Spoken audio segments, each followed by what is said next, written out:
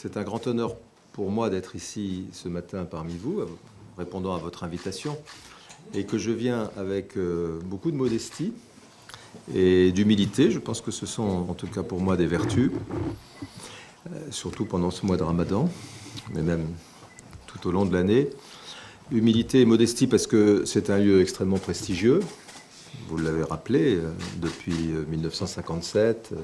Tant de choses se sont faites dans ce royaume sous l'autorité de ces monarques, mais aussi humilité parce que nous sommes à un moment, vous l'avez dit, qui est important et que ce printemps doit à tout prix, comme dit un poète, parce que si vous avez rappelé que je suis un peu de l'Atlantique et de la Normandie, qui est effectivement baignée par la Manche et l'Atlantique. Il y a un grand poète normand qui dit « Il faut souhaiter que les fruits passent les promesses des fleurs ». C'est-à-dire que les fruits soient à la mesure des promesses des fleurs. Parce que le printemps, c'est une période merveilleuse où il y a beaucoup d'espérance, mais aussi une période fragile. Parce qu'il peut toujours se passer un phénomène météorologique qui fasse que les fleurs fanent et que les fruits flétrissent. C'est pour ça qu'il faut être modeste, mais ça n'interdit pas d'être résolu, et c'est ce que je suis, pas simplement moi, le gouvernement français, bien entendu, et le président de la République qui m'a mandaté ici. Le risque d'une relation telle que la nôtre, ancienne, riche, c'est que le focal ou le focus conduise peut-être parfois à la rétrécir. Et nous sommes en fait face à deux risques. D'abord, ce qu'on pourrait appeler la tyrannie de la subjectivité. C'est ramener notre relation, cette relation à un huis clos, finalement, à quelque chose qui se limiterait à nous deux.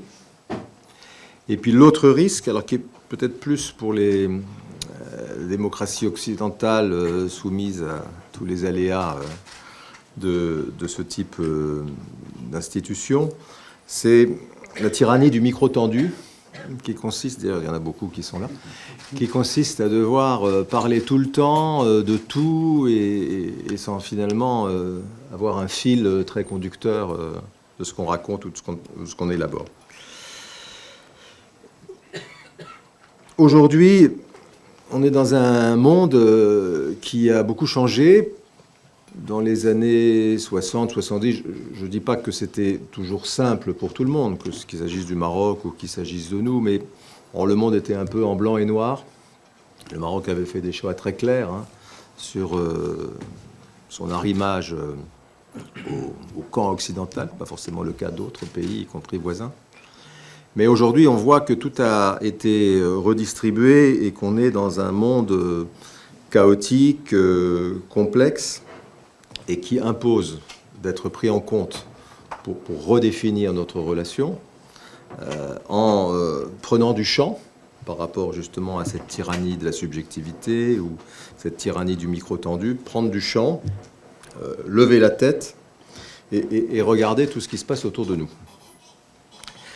Je pense à cet égard que la crise, parce il faut bien la qualifier comme telle, que nous avons pu traverser ces derniers mois, a finalement été l'opportunité, en appuyant en quelque sorte sur pause, de ne plus se contenter du quotidien, qui d'ailleurs était encore une fois riche et à certains égards satisfaisant, mais de devoir juste relever la tête, prendre du champ, regarder ce qui se passe autour de nous et comment ensemble on peut faire des choses utiles dans l'avenir.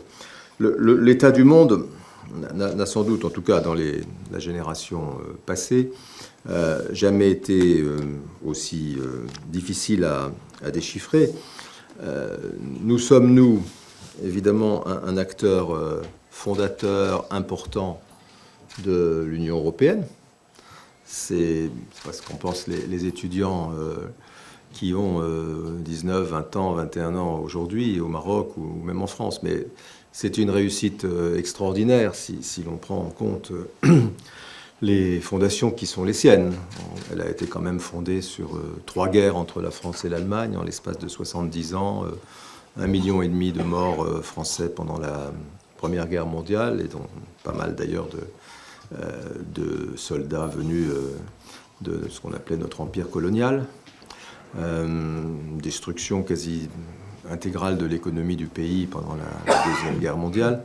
C'est sur ces fondations qu'on a construit l'Union européenne, puis de fil en fil, on en a fait un marché unique, intégré, où les étudiants passent d'une université à l'autre, où les voyageurs partagent la même monnaie, en tout cas dans la plupart des pays. Bon, c'est une grande réussite, mais elle arrive aujourd'hui à un moment où, confronté à une adversité à l'Est, l'essentiel de ses forces, en tout cas de ses attentions, de ses moyens financiers sont tournés vers l'Est, vers la Russie, et où l'élargissement à vitesse probablement accélérée d'un certain nombre de pays, dans les Balkans, probablement de l'Ukraine, pour des raisons qui sont plus géopolitiques que liées à une stratégie d'intégration comme on a pu le faire avec le passé, répond à une urgence, mais est probablement pensée sans réellement en mesurer toutes les conséquences pratiques. En tout cas, il sera encore plus difficile de définir des politiques communes et d'aller plus loin dans l'intégration. Enfin, il faut savoir choisir, mais en tout cas, ce ne sera pas plus d'intégration. Et dans le même temps, on le verra malheureusement probablement dans quelques semaines, il y a des courants populistes, c'est-à-dire protectionnistes. Avec les élections européennes, ça sera sans doute un baromètre, un sondage grandeur nature, qui font valoir l'idée selon laquelle l'Europe devrait se constituer en forteresse, pas simplement à l'égard des migrants, mais beaucoup à l'égard des migrations, mais aussi sur le plan économique, sur le plan des normes, des souverainetés, etc. Et malheureusement, ce courant, et pas simplement en France, il est aujourd'hui porté par une dynamique de crainte, d'inquiétude à l'égard de l'avenir qu'on ne peut pas contester. Ça serait malhonnête de le faire. Or, les Français savent dans l'histoire ce que les lignes Maginot ont signifié. C'est-à-dire elles ont toujours été contournées, mais ça c'est la problématique européenne. À côté de ça, au sud de la Méditerranée, il faut bien dire que l'Union du Maghreb arabe, l'Union pour la Méditerranée sont des échecs. On ne parlera pas plus longtemps de la relation avec votre voisin, mais on voit bien aujourd'hui la dynamique ou la spirale plutôt négative dans laquelle s'enfonce la Tunisie. J'espère qu'elle en sortira, mais en tout cas, ce n'est pas le constat qu'on peut faire aujourd'hui. Et puis, l'UPM, qui a été lancée par le président Sarkozy il y a une quinzaine d'années, n'a pas trouvé, en tout cas, une traduction politique suffisamment forte pour constituer un projet pour la jeunesse, et même pour nous qui le sommes un peu moins. Et ses conséquences pratiques restent comptées sur les doigts. Il y a une université à Fès, mais à part ça... Bon.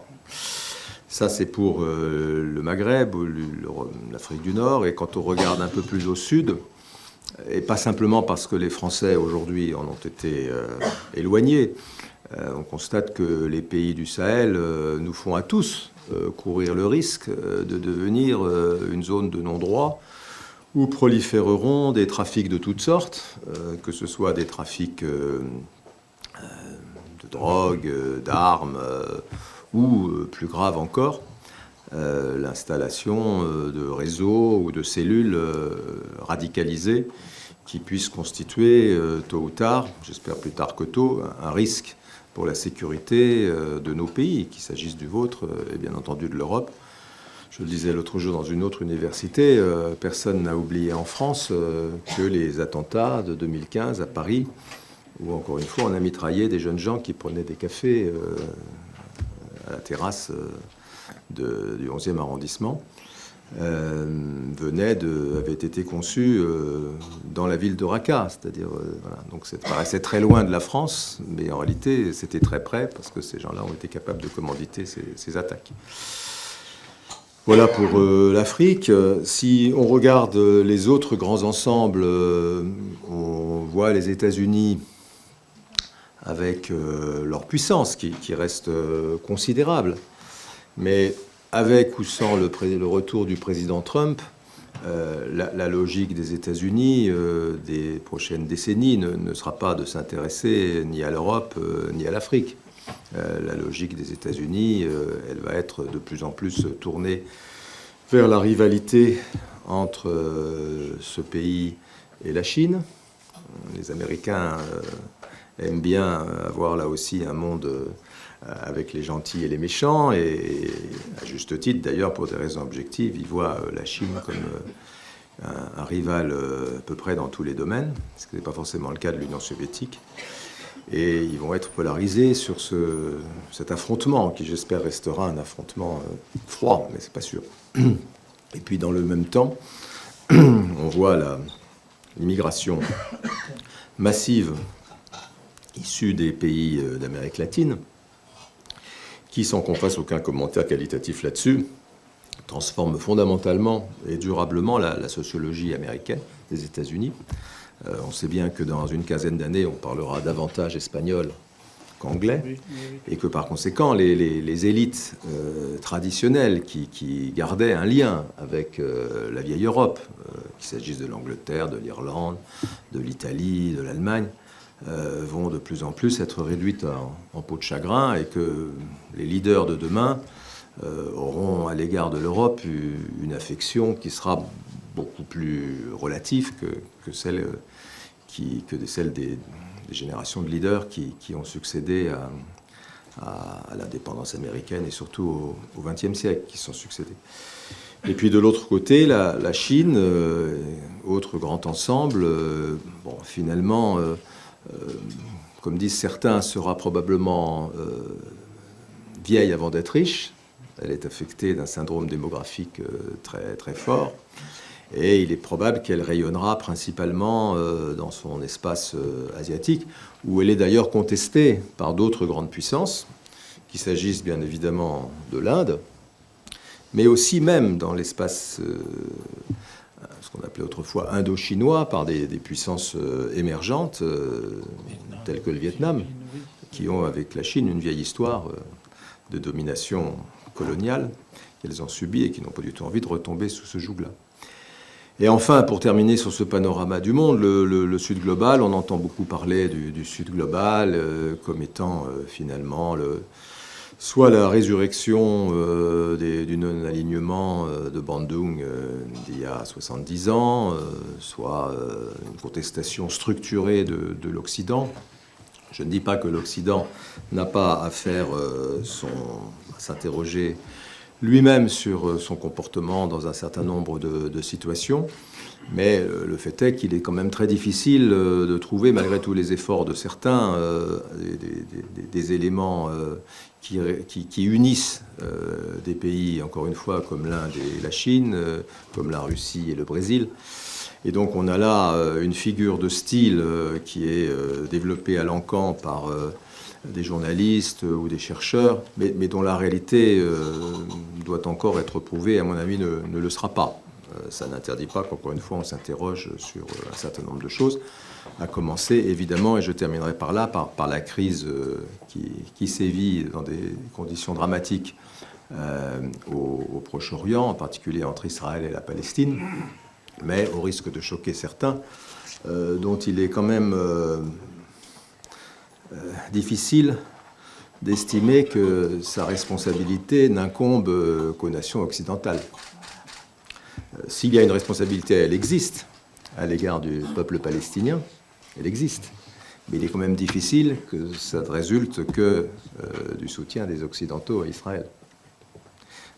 Il y a un certain nombre de nations arabes qui, par ailleurs, pour des raisons géographiques et historiques, partagent cette même région avec Israël, qui sans doute ont été un peu rapides à estimer qu'on pouvait contourner la question palestinienne à travers toute une série d'accords. Mais même si, in fine, il est probable qu'il faudra retrouver dans cette région du monde des moyens de coopération, des moyens de développement économique qui associent tout le monde. Enfin, la question aujourd'hui, elle est une question politique. Enfin, elle est une question humanitaire, d'abord, d'où le cessez-le-feu que nous réclamons, mais elle est aussi une question politique pour savoir comment on arrivera à la solution à deux États que nous, comme le Maroc, avons voté depuis des années et des années, depuis plus de 60 ans, et que nous continuons à soutenir. Bon. Alors, dans ce contexte-là, sans vouloir être trop long, qu'est-ce que nous pouvons faire ensemble? Il faut d'abord regarder, encore une fois, dans quel monde on vit. C'est pour ça que je disais que la tyrannie de la subjectivité doit être écartée. Nous avons un certain nombre de raisons de reconstruire quelque chose sans doute de beaucoup plus ambitieux que ce que nous avons fait par le passé, même si nous n'avons pas de raison de ne pas en être, à certains égards, satisfaits. La première chose qu'il faut, à mon avis, citer, et elle peut paraître triviale, mais c'est une réalité absolument incontournable, c'est l'atout humain, c'est la relation humaine. Nous avons dans notre pays peut-être aujourd'hui 6 millions, peut-être un peu plus de musulmans, parmi lesquels un tiers, probablement autour d'un tiers, viennent du Maroc, ont un lien avec le Maroc. Soit ils sont venus récemment, soit ils sont venus il y a 1 ou 2 générations. Nous avons encore une langue en partage. Nous avons des échanges permanents. Alors, pas revenir trop en détail sur la question des visas, mais même si elle a été maltraitée, j'ai eu l'occasion d'en parler, et que les Marocains ont été maltraités à travers ces décisions qui ont été rapportées depuis, le Maroc reste, à l'exception de la Chine, mais qui doit être 40 fois plus peuplé, le premier pays bénéficiaire des visas. Et l'année dernière, nous avons remis à plat cette question. Nous avons accordé 100 000 visas de plus, et nous avons aussi donné 35 000 cartes de résidents permanents à des Marocains en France, ce qui fait dans l'un et l'autre domaine les premiers bénéficiaires de ces procédures. On pourrait faire plus, on pourrait faire mieux, on va faire plus, on va faire mieux, mais en tout cas on ne peut pas dire que le Maroc soit très mal classé. Il peut être le sentiment parfois d'être maltraité, mais de ne pas être mal classé. Et puis nous avons, sur les 15 millions de touristes qui viennent au Maroc, 5 millions de Français. Alors parmi eux, il y a sans doute des Franco-Marocains, mais ça aussi, ça répond à la réalité humaine. Nous avons 50 000 Français qui vivent ici. Nous avons, j'y reviendrai, nos entreprises qui sont partout et qui veulent faire encore davantage. Donc cette relation humaine, elle est fondamentale. Et on a bien vu qu'elle a résisté, elle n'a pas été affectée par la situation politique qui était décrite, en tout cas par la presse, comme une situation de relations suspendues. Je pense que c'est, in fine, c'est vraiment sur les relations humaines que l'on bâtit l'avenir, et qu'il est quand même très difficile de se dire qu'on va réaliser un partenariat exceptionnel avec une nation qui ne parle pas du tout la même langue que vous, avec laquelle vous n'avez que très peu d'échanges et qui se situe à 10 000 kilomètres de vous. Le général de Gaulle disait, on fait la politique de ces réalités. Et cette réalité humaine, elle est incontournable, même si le Maroc, à juste titre, n'a aucune raison d'être dans une relation monopolisée par la France. La deuxième chose, en prenant toujours un peu plus de champ, c'est que j'ai vraiment la conviction, je ne suis pas le seul, que dans le monde que j'ai décrit tout à l'heure, si on veut reconstruire quelque chose, il faut considérer que nous avons une communauté de destin, et que dans la nouvelle mondialisation qui redéfinit probablement, ça mettra encore un certain temps, l'ordre du monde sur de grands ensembles régionaux, contrairement à ce que peuvent penser certains de mes compatriotes ou certains électeurs qui se manifesteront aux élections européennes, nous n'avons pas d'autre choix que de continuer à construire une communauté de destin entre l'Europe, je ne parle pas simplement de la France, et le Maghreb, mais au Maghreb, il n'y a qu'un seul pays qui répond au téléphone, si je puis dire, aujourd'hui. Et derrière le Maghreb, conformément à la vision d'ailleurs très, très, très claire de Sa Majesté, une grande partie de l'Afrique sahélienne et de l'Ouest. Cet axe-là, qui est déjà assez bien circonscrit et qui a déjà des éléments de solidarité, c'est une grande chance pour nous tous si nous arrivons à lui donner encore plus d'ambition et encore plus de réalité. Je suis vraiment persuadé que pour l'Europe et pour la France en particulier, il n'y a pas d'autre option que de pouvoir construire autour de vous, autour du Maroc Plateforme, parce que c'est votre vision, cet ensemble régional le plus intégré possible, et je vais assez vite indiquer sur quelle base il peut se construire, mais qu'encore une fois, qui doit être un ensemble euro-africain. Et à cet égard, encore une fois, le Maroc est forcément le hub central, à la fois parce qu'il en a la vision, parce que c'est dans son ADN, et puis parce que, pour des raisons géographiques, tout passe par lui aujourd'hui. Si on raisonne d'un point de vue pratique, comment faire pour que cette espérance, cette vision s'incarne et sur quelle base elle doit reposer? Nous voyons dans les grandes évolutions du monde que, et là je parle plus pour la France, mais il est clair qu'un pays comme l'Espagne est parfaitement dans cette dynamique-là. Nous devons d'abord convaincre en Europe qu'il faut retrouver notre Sud. J'ai dit tout à l'heure que l'Union européenne, elle est aujourd'hui obsédée, d'une certaine manière à juste titre, par l'Est, et par ce qui se passe à l'Est, par cette menace. Un certain nombre de pays qui, il faut bien dire, pendant 40 ans, ont eu l'expérience de subir la domination russe, sont obsédés à l'idée que ça recommence, et que ce soit la Pologne, que ce soit les États baltes, ou quelques autres, que les Russes, dont on connaît d'une certaine manière assez souvent dans l'histoire les comportements, sortent de leurs frontières et veuillent transformer une partie de l'Europe en glacis. Et donc, pour retrouver le Sud, il faut véritablement que le moteur des pays pour lesquels le destin se joue au Sud, c'est-à-dire avec vous et au-delà de vous, avec une partie des pays subsahéliens, se fasse entendre, reprenne d'un point de vue politique l'initiative. L'Espagne est déjà très bien partie dans la relation avec le Maroc, et c'est une très bonne chose. Le Portugal, même s'il n'a pas exactement la même puissance de frappe, mais c'est un pays qui a une grande histoire et une grande subtilité et une grande réussite d'ailleurs dans les dernières décennies. Et puis bien entendu la France. Ça n'est pas exclusif d'autres pays, mais dont on voit bien que, sans leur faire du tout injure, ils sont plutôt multicartes et qui sont plutôt dans une relation, peut-être c'est une chance pour eux, je ne sais pas, de cherry picking comme on dit en anglais.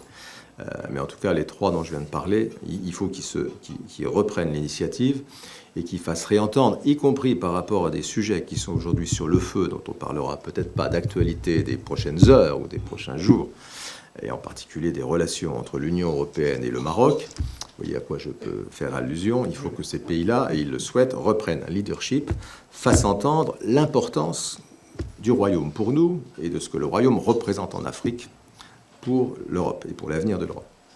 Ça, c'est le principe. Quels sont les sujets sur lesquels notre destin est lié au Maroc? À peu près tous. Le premier, c'est quand même la prospérité. La prospérité économique, elle est essentielle pour nos peuples. Et on voit bien qu'aujourd'hui, les grands ensembles qui sont à notre gauche et à notre droite, c'est-à-dire les Américains d'une part et les Chinois, avec des méthodes diverses, mais font tout pour doper leurs entreprises, la compétitivité de leur territoire, y compris par des mesures qui sont illégales du point de vue du droit international, mais le temps que le droit, même si on est dans une faculté de droit, prononce ses arrêts, ben la réalité a commencé à avancer. Je ne veux pas entrer dans les détails de ça, mais chacun le sait. Or, pour nous, notre compétitivité économique repose aujourd'hui en grande partie sur des investissements que nous avons faits au Maroc et sur des investissements économiques qui vont de moins en moins dans la logique de la sous-traitance, mais de plus en plus dans une logique de co-traitance. Ce n'est pas un jeu de mots ou quelque chose de rhétorique. Je vois toute la journée, enfin en tout cas toutes les semaines, des entreprises françaises parmi les plus grandes, hier Airbus, avant-hier Safran, les uns ou les autres dans l'automobile. On a entendu encore le directeur général de Renault, qui fait une grande interview hier ou avant-hier. Bon. On voit bien que ce qu'offre le Maroc, par ses infrastructures, par sa stabilité, par la qualité des hommes et des femmes qui y vivent, je vais y venir par les ressources énergétiques qu'il peut mettre à disposition, par sa proximité géographique, c'est une équation gagnante. Et il n'y en a pas d'autre pour nous, aujourd'hui, que de développer cette base de production au Maroc, dans l'industrie, dans les services, dans l'agroalimentaire et dans d'autres domaines. C'est une orientation résolue. Aujourd'hui, la France, c'est 31% des investissements étrangers au Maroc. L'année dernière, soi-disant année noire, 44% des flux sont venus de France pour les investissements étrangers au Maroc. Et toutes ces entreprises veulent faire plus. Évidemment, le Maroc, parce qu'il est aujourd'hui, attire aussi d'autres partenaires, et tant mieux, parce que, comme on dit de manière triviale, le gâteau grossit. Mais nous conservons notre part, et nous mettons de plus en plus de valeur ajoutée dans les investissements qui sont faits au Maroc. D'ailleurs, à telle enseigne que le Maroc a un excédent commercial avec la France, ce qui n'est d'ailleurs pas le cas avec l'Espagne, parce que nous produisons ici des voitures, des pièces d'avion et beaucoup d'autres choses qui après sont vendues en France. Et donc le Maroc est en excédent commercial vis-à-vis de la France, et c'est une très bonne nouvelle parce que ça montre bien que ce que je raconte n'est pas simplement une sornette.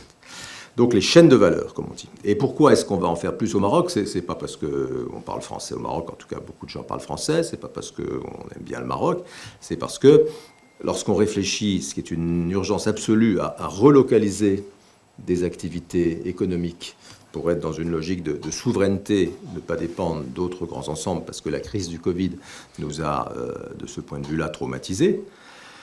On va en mettre une partie en France, mais on va en mettre aussi beaucoup au Maroc, parce qu'on a le sentiment qu'on appartient au même univers géoéconomique et géopolitique. Donc c'est une dynamique qui ne s'interrompra pas, mais qu'il faut qu'on pousse le plus loin possible pour le bonheur, pour notre prospérité respective, et aussi le bonheur des gens qui vont travailler dans tous ces projets-là. La deuxième dimension, elle est considérable, mais elle est un peu liée à la première, c'est que le Maroc, vous le savez tous aussi bien que moi, même peut-être mieux, va devenir une superpuissance des ENR, des énergies renouvelables. Il en a la vision, il en a les moyens, que ce soit le foncier, que ce soit le soleil, que ce soit le vent, les acteurs, des grands acteurs comme le CP, mais d'autres aussi. Et l'énergie verte, c'est évidemment la clé de tout.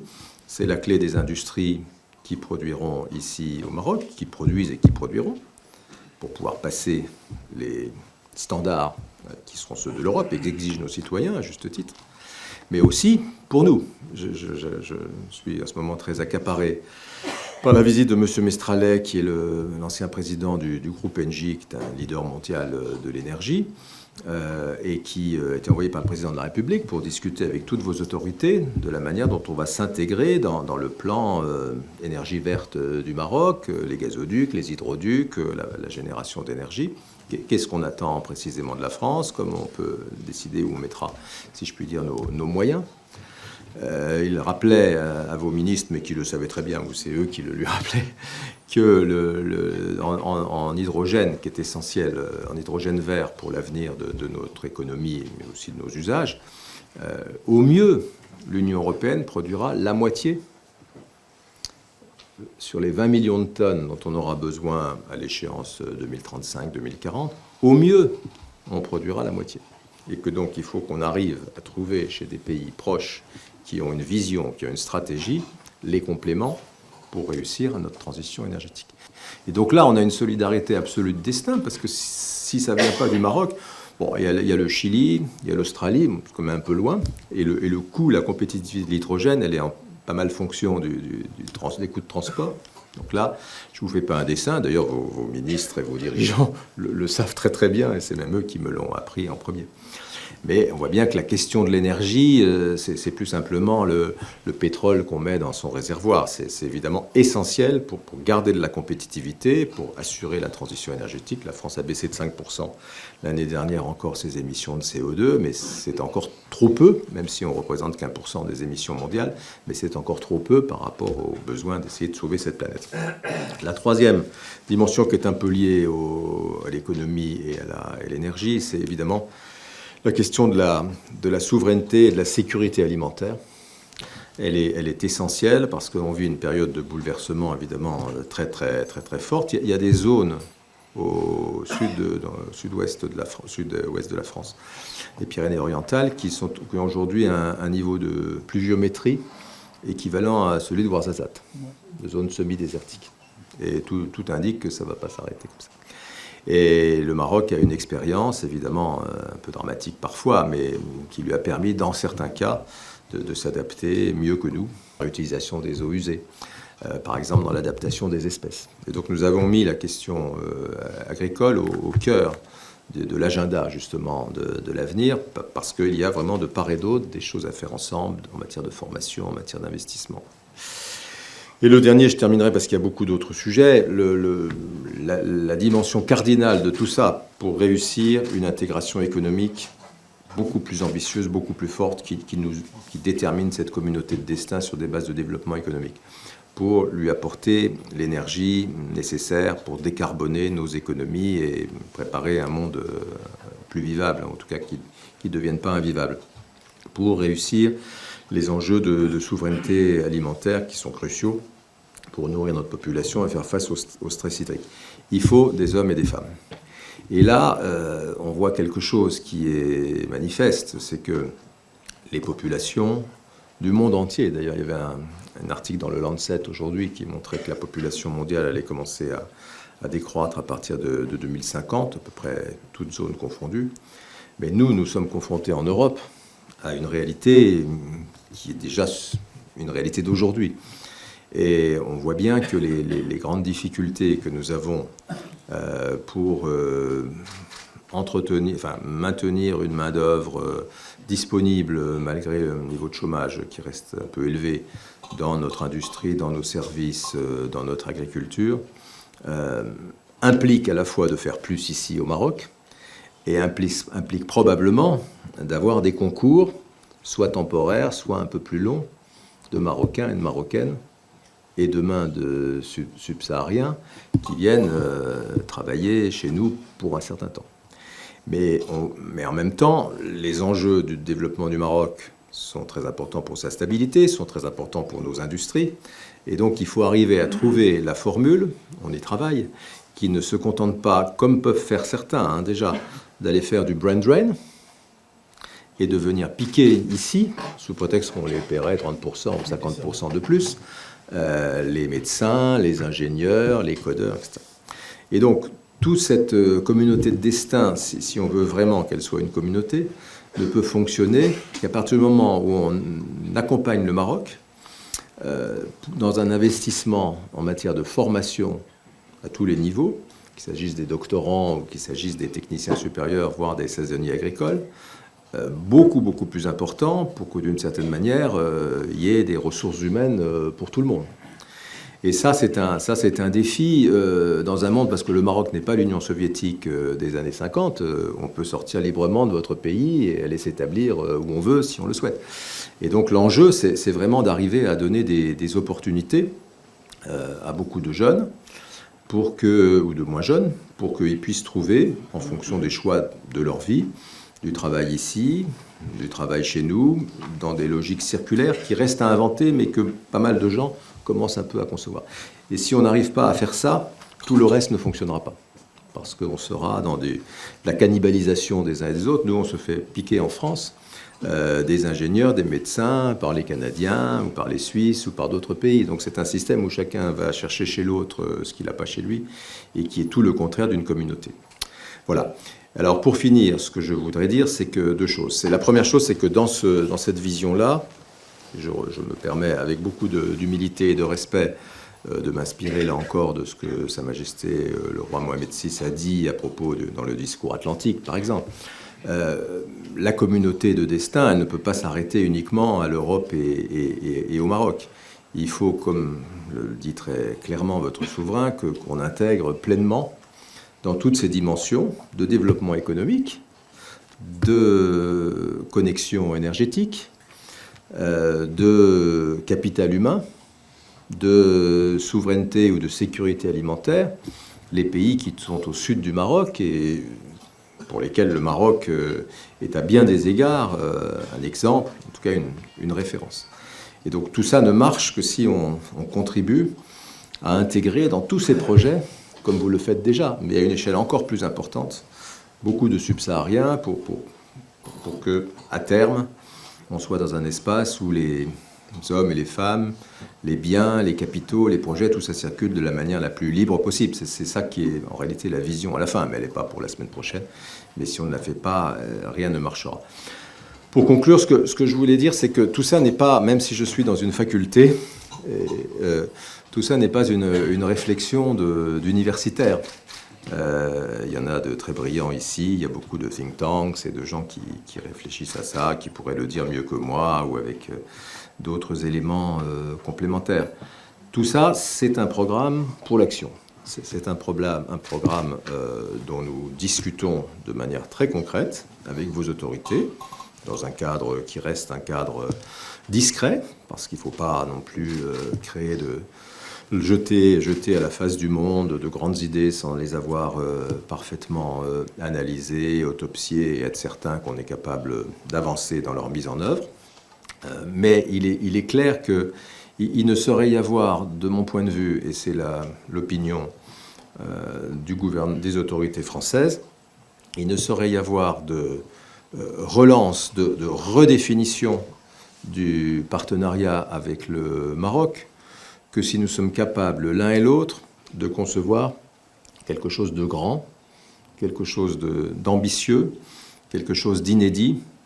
Il serait absurde de penser qu'on pourrait revenir à je ne sais quel âge d'or ou à je ne sais quelle époque où, certes, l'amitié était là, la complicité, mais selon des modalités qui ne correspondaient pas à ce qu'est aujourd'hui le Maroc, à ce qu'est aujourd'hui le monde et ce qu'est aujourd'hui aussi la France.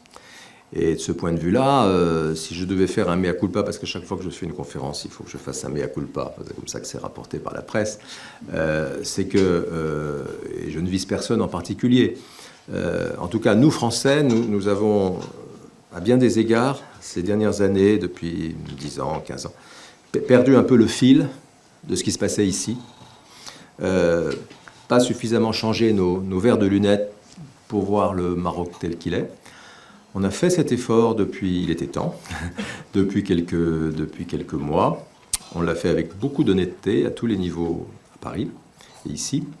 Et aujourd'hui, quand nous discutons d'abord sur une base d'égal à égal, en partant, encore une fois, non seulement des réalités, mais des visions qui sont celles du Maroc. Nous pensons que nous y trouvons non seulement beaucoup d'intelligence, mais aussi beaucoup d'intérêt. C'est comme ça qu'on fait de bonnes choses ensemble, avec un partenaire. Et donc, je suis relativement optimiste que les fameux fruits qui pousseront sur la base des fleurs seront appétissants, comestibles et nourrissants.